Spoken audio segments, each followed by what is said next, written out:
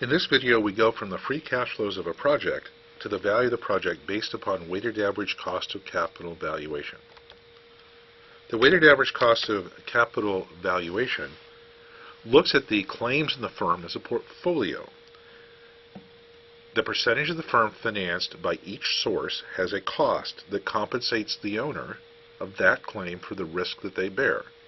The overall returns demanded by the owners in proportion to the amounts they finance and the risk they bear shows the return demanded.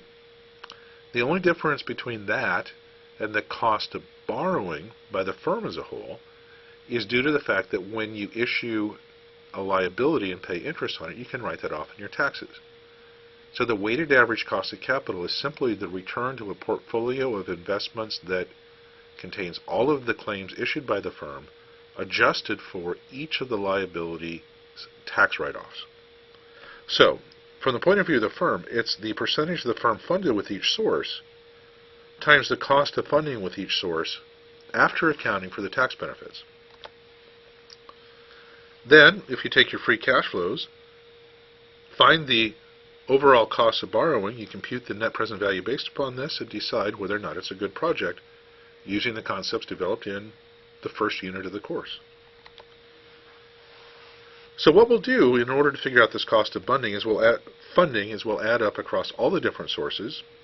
Generically, it'll be debt, percentage of the firm funded with debt, equity, percentage of the firm funded with equity, cost of debt, cost of equity, and the tax write-off when we issue debt. Once we have that, all the tax benefits from issuing debt are in the discount rate here. So the value of the project's cash flows discounted at this interest rate, the weighted average cost of capital, is the value of the firm accounting for the leverage and the tax benefits of leverage. Therefore, it's called the levered value and net present value after we subtract off the cost today. So in our case, suppose that a quarter of the firm is financed with debt, 3/4 with equity. Cost of debt is 5.5. Cost of equity is 14.9. We'll save taxes at the rate of 40% for every dollar that we pay in interest. So the cost of borrowing will be the percentage of the firm financed with debt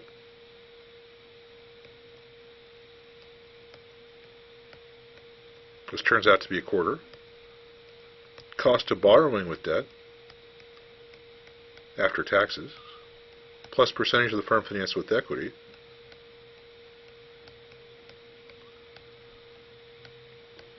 turns out to be 3/4. Cost of borrowing with equity,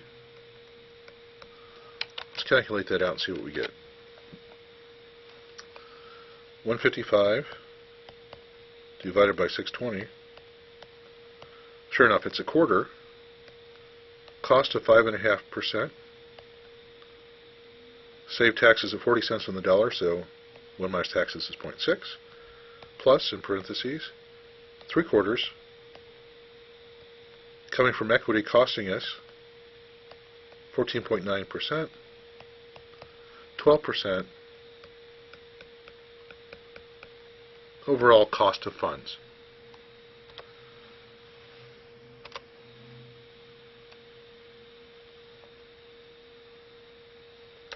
So discounting the cash flows back to today,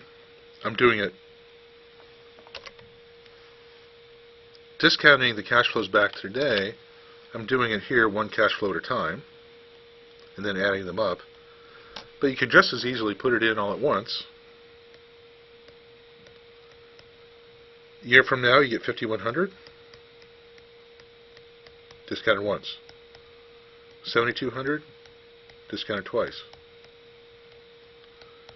7,200, discounted 3 times. 7,200, discounted 4 times. 2,700, discounted 5 times.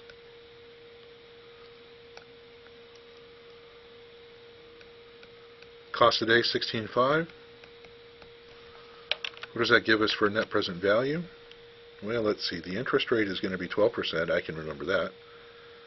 Cash flows, 16.5. Cost today, enter 5,100. enter 7,200 once, twice, 3 times, 2,700 in year 5.